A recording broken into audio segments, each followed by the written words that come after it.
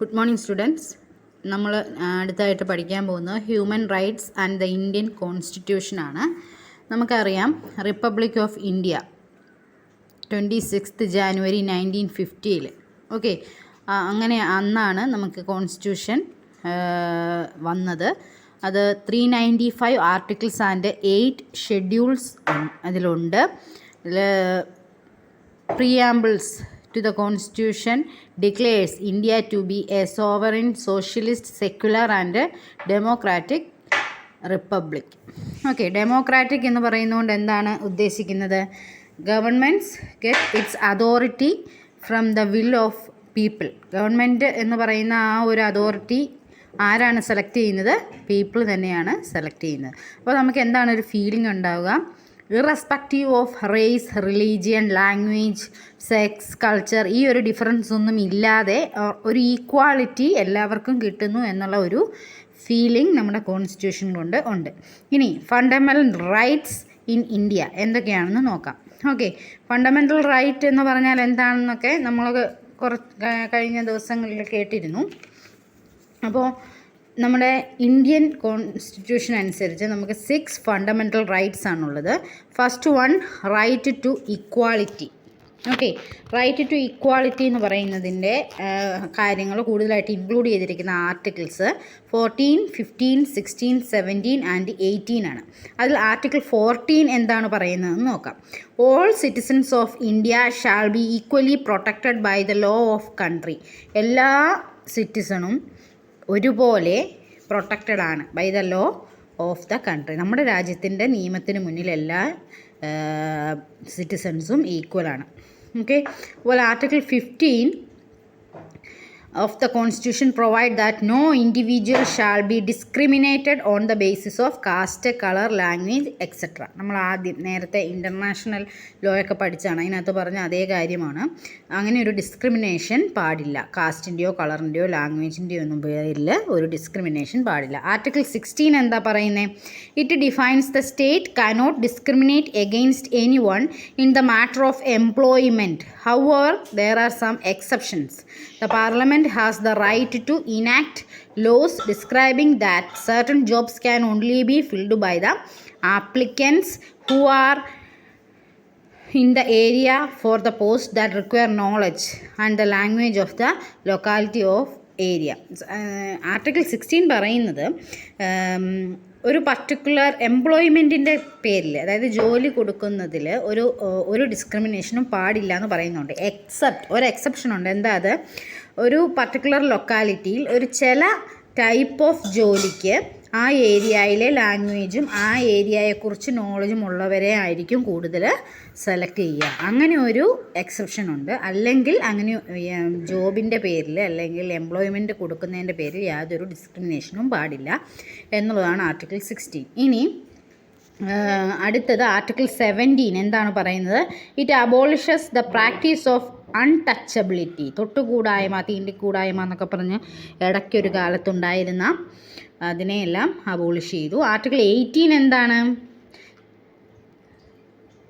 കോൺഫറിങ് any titles. നമ്മുടെ പേരിൻ്റെ കൂടെ ഇങ്ങനെ ടൈറ്റിൽ പറഞ്ഞ് ഒരു ഡിസ്ക്രിമിനേഷൻ ഉണ്ടായിരുന്നു, അത് പാടില്ല. പക്ഷേ മിലിറ്ററിയിൽ അതിനും ഒരു എക്സെപ്ഷൻ ഉണ്ട്. മിലിറ്ററിയിലും അക്കാഡമിക് ഡിസ്റ്റിങ്ഷനിലും ഒക്കെ നമ്മൾ ടൈറ്റിൽ കൊടുക്കും. ഇപ്പം ചിലർക്കൊക്കെ അവാർഡ് കൊടുക്കും, ഭാരതരത്ന അല്ലെ പത്മവിഭൂഷൺ, അങ്ങനെയുള്ള റെസിപ്പിയൻസിനൊക്കെ ആ ടൈറ്റിൽ അതിൻ്റെ പേരിൻ്റെ കൂടെ കൊടുക്കുന്നതിൽ കുഴപ്പമില്ല. അല്ലാതെ ഒരാളെ ഹരാസ് ചെയ്യാൻ വേണ്ടിയിട്ട് അല്ലെങ്കിൽ ഹർട്ട് ചെയ്യാൻ വേണ്ടിയിട്ടുള്ള രീതിയിൽ ആവശ്യമില്ലാത്ത ടൈറ്റിൽസ് എന്ത് ചെയ്തു? പ്രൊഹിബിറ്റ് ചെയ്തു. നെക്സ്റ്റ് ഫണ്ടമെൻ്റൽ റൈറ്റ് എന്ന് പറയുന്നത് റൈറ്റ് ടു ഫ്രീഡം ആണ്. ഫസ്റ്റ് വൺ നമ്മൾ കഴിഞ്ഞു, right to equality. Next one right to freedom ആണ്. അതിനകത്ത് വരുന്ന ആർട്ടിക്കിൾസ് 19, 20, 21 ആൻഡ് 22 ആണ്.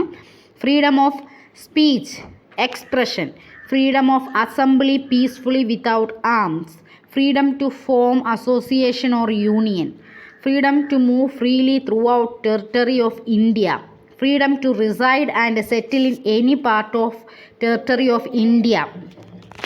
ഇതെല്ലാം ഏതിൽ വരുന്നു? റൈറ്റ്സ് റൈറ്റ്സ് ടു ഫ്രീഡത്തിൽ വരുന്നതാണ്. ഇത് ഓരോന്നും ഇനി ഞാൻ മലയാളത്തിൽ പറയണ്ടല്ലോ. പീസ്ഫുള്ളായിട്ട് എവിടെയെങ്കിലുമൊക്കെ നിങ്ങൾക്ക് അസംബിൾ ചെയ്യാൻ സാധിക്കും, ആംസ് അതായത് ആയുധങ്ങളൊന്നും ഇല്ലാതെ. അത് പ്രത്യേകം പറയുന്നുണ്ട്. അതുപോലെ എന്തും തൻ്റെ എക്സ്പ്രഷൻസും സ്പീച്ചും ഷെയർ ചെയ്യാൻ പറ്റും, അസോസിയേഷൻസൊക്കെ ഉണ്ടാക്കാനുള്ള റൈറ്റ്. അതുപോലെ ഇന്ത്യയിൽ എവിടെ വേണമെങ്കിലും യാത്ര ചെയ്യാം, ഇന്ത്യയിൽ എവിടെ വേണമെങ്കിലും സെറ്റിൽ ചെയ്യാം, ജീവിക്കാം. എനി പ്രൊഫഷൻ, ഏത് ഓക്കുപ്പേഷൻ വേണമെങ്കിലും എക്സ്പെർട്ടൈസ് ആയിക്കഴിഞ്ഞ്, അതായത് പഠിച്ചു കഴിഞ്ഞാൽ അത് ഏത് വേണമെങ്കിലും പ്രാക്ടീസ് ചെയ്യാം. എന്താണ് ഇങ്ങനെയുള്ള എല്ലാ റൈറ്റ്സും, അതാണ് rights to freedom. Next guarantee ചെയ്യുന്ന റൈറ്റാണ് റൈറ്റ് ടു ലൈഫ് എന്ന് പറഞ്ഞാൽ എന്താ, ജീവിക്കാനുള്ള അവകാശം അല്ലേ.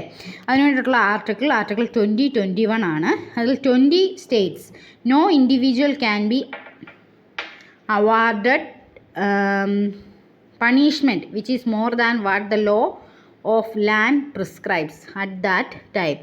ഒരു പർട്ടിക്കുലർ ഇൻഡിവിജ്വലിനെ പണിഷ് ചെയ്യാന്ന് പറഞ്ഞാൽ ലോ, ആ നിയമം വെച്ചിട്ട് അയാൾക്ക് മാക്സിമം കിട്ടാവുന്ന എന്താണോ അതുമാത്രമേ അയാളെ പണിഷ് ചെയ്യാവുള്ളൂ, അത്രമാത്രം. അതിൽ കൂടുതൽ അവാർഡ് ചെയ്യാനുള്ള റൈറ്റ് ആർക്കുമില്ല.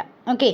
അതുപോലെ ആർട്ടിക്കിൾ 21 പറയുന്നത് no citizens can be denied his her life and liberty except by the law. നിയമം വെച്ചിട്ട് അവരുടെ ജീവിക്കാനുള്ള സ്വാതന്ത്ര്യം, അതിനെ മാക്സിമം കൺട്രോൾ ചെയ്യാൻ പറ്റുന്ന ആർക്കാണ്, ലോ. നിയമത്തിന് മുന്നിൽ അയാൾക്ക് ജീവിക്കാൻ റൈറ്റ് ഉണ്ടെങ്കിൽ അയാളെ എന്ത് ചെയ്യാൻ പാടില്ല, അയാളുടെ ലൈഫിനെ ഡിനൈ ചെയ്യാൻ പാടില്ല.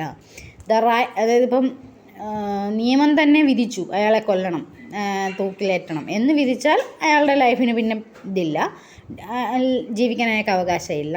അങ്ങനെ ലോയുടെ ഹെൽപ്പോടെ അല്ലാതെ ഒരാളുടെ ലൈഫിനെ ഡിനൈ ചെയ്യാൻ പാടില്ല. അതുകൊണ്ട് തന്നെയാണ് സൂയിസൈഡ് എന്തായി മാറിയത്. സൂയിസൈഡ് എന്താണ്, ലീഗലാണോ? അല്ല. സൂയിസൈഡ് ചെയ്യാൻ ശ്രമിച്ചാലും അയാൾ മരിച്ചില്ല എങ്കിൽ അയാളെ അറസ്റ്റ് ചെയ്യും, ഇല്ലേ? കാരണം അതെന്താണ്, ഒരു ഒഫൻസാണ്. ഓക്കെ. സ്വയം കൊല്ലാനുള്ള റൈറ്റും നമുക്കില്ല. Next one, no person can be arrested without being informed about the ground for her or his arrest. ഒരാളെ അറസ്റ്റ് ചെയ്യണമെങ്കിൽ അയാളെ എന്തിന് അറസ്റ്റ് ചെയ്യുന്നു എന്നുള്ള കാര്യം ഇൻഫോം ചെയ്യണം. അതുപോലെ അറസ്റ്റ് ചെയ്ത് 24 മണിക്കൂറിനുള്ളിൽ നിയറസ്റ്റ് കോർട്ടിൽ അയാളെ എത്തിക്കണം. ഓക്കെ. ഇനി 2002 ആർട്ടിക്കിൾ 21 ഇൻകോർപ്പറേറ്റ് ചെയ്ത ഒരു ലോ ഉണ്ട്. അതാണ് പ്രൈമറി എഡ്യൂക്കേഷൻ എന്താക്കി, ഫണ്ടമെൻ്റൽ റൈറ്റ് ആക്കി. പ്രൈമറി എഡ്യൂക്കേഷൻ അത് ഫ്രീയുമാണ്, കമ്പൽസറിയാണ്. ഓക്കെ. ഇനി റൈറ്റ് എഗെയിൻസ്റ്റ് എക്സ്പ്ലോയിറ്റേഷൻ, അതാണ് അടുത്ത ഫണ്ടമെൻ്റൽ റൈറ്റ്. അത് കൂടുതലായിട്ട് ഇൻക്ലൂഡ് ചെയ്തിരിക്കുന്ന ആർട്ടിക്കിൾ 23 24 ആണ്. ഓക്കെ. ഇത് ഹ്യൂമൻ ട്രാഫിക്കിംഗ് എന്നൊക്കെ നിങ്ങൾ കേട്ടിട്ടുണ്ടാവും അല്ലേ. ആൾക്കാരെ കടത്തുന്നു, എന്തെങ്കിലുമൊക്കെ വാഗ്ദാനങ്ങളൊക്കെ കൊടുത്ത് രാജ്യത്ത് നിന്ന് കടത്തി മാറ്റുന്നു. അത് അബോളിഷ് ചെയ്തിട്ടുണ്ട്. അതുപോലെ ഫോഴ്സ്ഫുള്ളി ഇപ്പം ലേബർ, ചെറിയ കുട്ടികളെ, children below the age of 14 ആയിട്ടുള്ളവരെ ഡേഞ്ചറസ് ആയിട്ടുള്ള ജോബിനകത്തൊക്കെ നിർബന്ധിച്ച് ചേർക്കുന്നു, ഫാക്ടറികളിലും മൈനിലും ഒക്കെ. അപ്പോൾ അതൊക്കെ എന്ത് ചെയ്തിട്ടുണ്ട്, നിർത്തലാക്കിയിട്ടുണ്ട്. ഇനി ആർട്ടിക്കിൾ 25, 26, 27 ആൻഡ് 28 തരുന്നത് right to freedom of religion. ഇന്ത്യയിൽ എല്ലാ റിലീജിയനും സെയിം ഈക്വൽ സ്റ്റേറ്റ് ആണ്. ഒരു റിലീജിയനും പ്രിഫറൻസ് കൊടുത്തിട്ടില്ല. ഓക്കെ. അതാണ് right to freedom of religion. അവനവന് ഇഷ്ടമുള്ള റിലീജിയനിൽ വിശ്വസിക്കാനുള്ള റൈറ്റ് ഉണ്ട്. ദെൻ ആർട്ടിക്കിൾ 29 ആൻഡ് 30 എന്താണ്, special measures to protect the right of minorities. അതിൽ 29 എന്ന് പറയുന്ന almost all citizens in India ആണ്. Article 30 deals with the right of minorities, minority ആയിട്ടുള്ളവരെ പ്രൊട്ടക്റ്റ് ചെയ്യാനുള്ള ആർട്ടിക്കിളാണ് article 30. Then all minorities, religious can set up their own educational institution in order to preserve and develop their own culture. അവരുടെ കൾച്ചറും കാര്യങ്ങളും കൂടുതൽ develop ചെയ്യാൻ വേണ്ടി അവർക്ക് സ്വന്തമായിട്ട് ഇൻസ്റ്റിറ്റ്യൂഷൻസ് തുടങ്ങാനുള്ള ലോയും ഉണ്ട്. ദെൻ ആർട്ടിക്കിൾ 32-ൽ എന്താണ് പറയുന്നത്? Constitution deals with the right to constitutional remedies എന്ന് പറഞ്ഞാൽ എന്താ? നമ്മൾ ഇൻ്റർനാഷണൽ ലോയിലും പറഞ്ഞായിരുന്നു. എന്താ?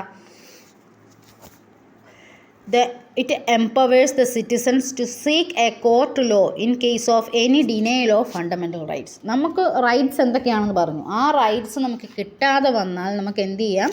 അത് കോർട്ടിൽ പോയി നമുക്ക് അവരോട് സീക്ക് ചെയ്യാം. എനിക്ക് ആ ഫണ്ടമെൻ്റൽ റൈറ്റ് ഡിനൈ ചെയ്യപ്പെട്ടു, അത് എനിക്ക് കിട്ടണം. അത് ആണ് ആർട്ടിക്കിൾ 32-ൽ പറയുന്നത്. ഓക്കെ, ഇനി അത് ഓരോന്നും എന്താണെന്ന് നമുക്ക് ജസ്റ്റ് നിങ്ങളുടെ ടെക്സ്റ്റിൽ പോയിൻ്റ് ഔട്ട് ചെയ്തിട്ടുണ്ട്.